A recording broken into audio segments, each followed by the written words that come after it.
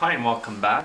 I just noticed on my Stihl 180C chainsaw that it's got a leak in the fuel line about the size of a hair. So I'm sending this saw to my dad and I want to make sure that everything is perfect on it. So I'll be showing you today how to remove the fuel line. The first thing to do is to remove the top cover. The next thing I'm going to do is flip the saw over on its side like this. If you've got any fuel in the fuel tank, you want to drain that, and you need to remove the gas gap from inside the fuel tank there. So to completely remove the fuel cap from the saw, you need to remove the plastic piece that's inside the fuel tank here. You can grab a piece of wire that's bent like this, and you need to grab the catcher inside and then move it up like this and remove the cap completely. And it's the same procedure for the oil cap as well. You don't need to empty out the oil. You've got both caps off. What you need to remove are the torque screws. There's one here, there, and here. And you need to remove the small torque screw here as well that holds part of the chain brake. So it's a number T27 torque screw driver.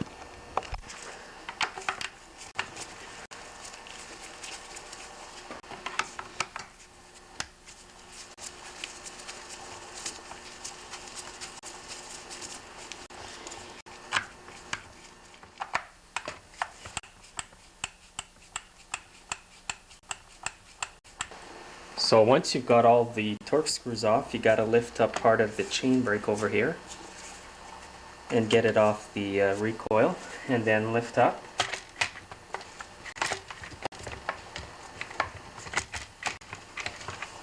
Sometimes it's a bit tricky getting it out,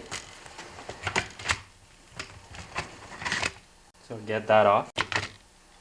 Now I'm going to put back the oil cap back on, and I'm not going to put the fuel cap back on. I'm going to leave it like that.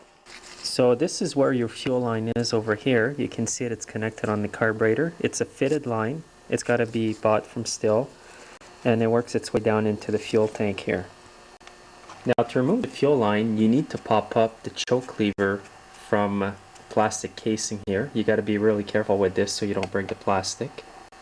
So I've got a good flat screwdriver, and I'm just going to pry up till I hear it snap.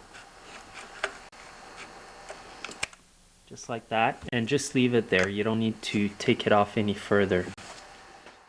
The next thing we need to do is to disconnect the fuel line from the carburetor over here, right where my screwdriver is, with a small flat screwdriver. So just push it back like this, and it's off. So once you've got it off the carburetor, what you need to do is to fully push it out of the way, like that.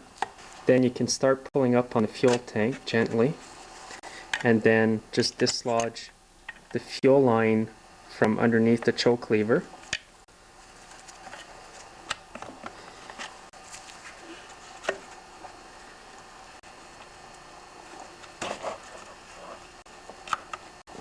Now that you've got the line freed up, the fuel tank's just going to come out with the fuel line in it. So now that you've got the fuel tank out, we're going to remove the fitted fuel line from the fuel tank.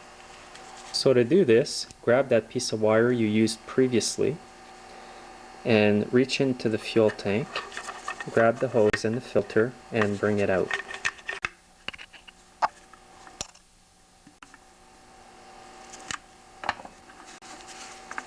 And we're going to remove the filter right out of the fuel tank, just like this.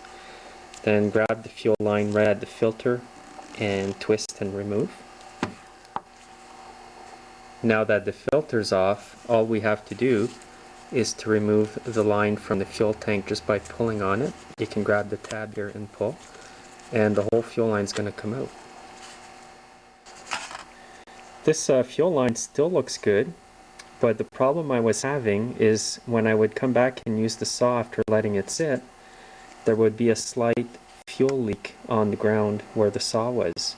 So I took the cover off, and by chance I saw a bit of gas spring out of here from a hole about the size of a hair, and it was wet here. So it didn't always do it, but it was enough to leave a bit of fuel leak.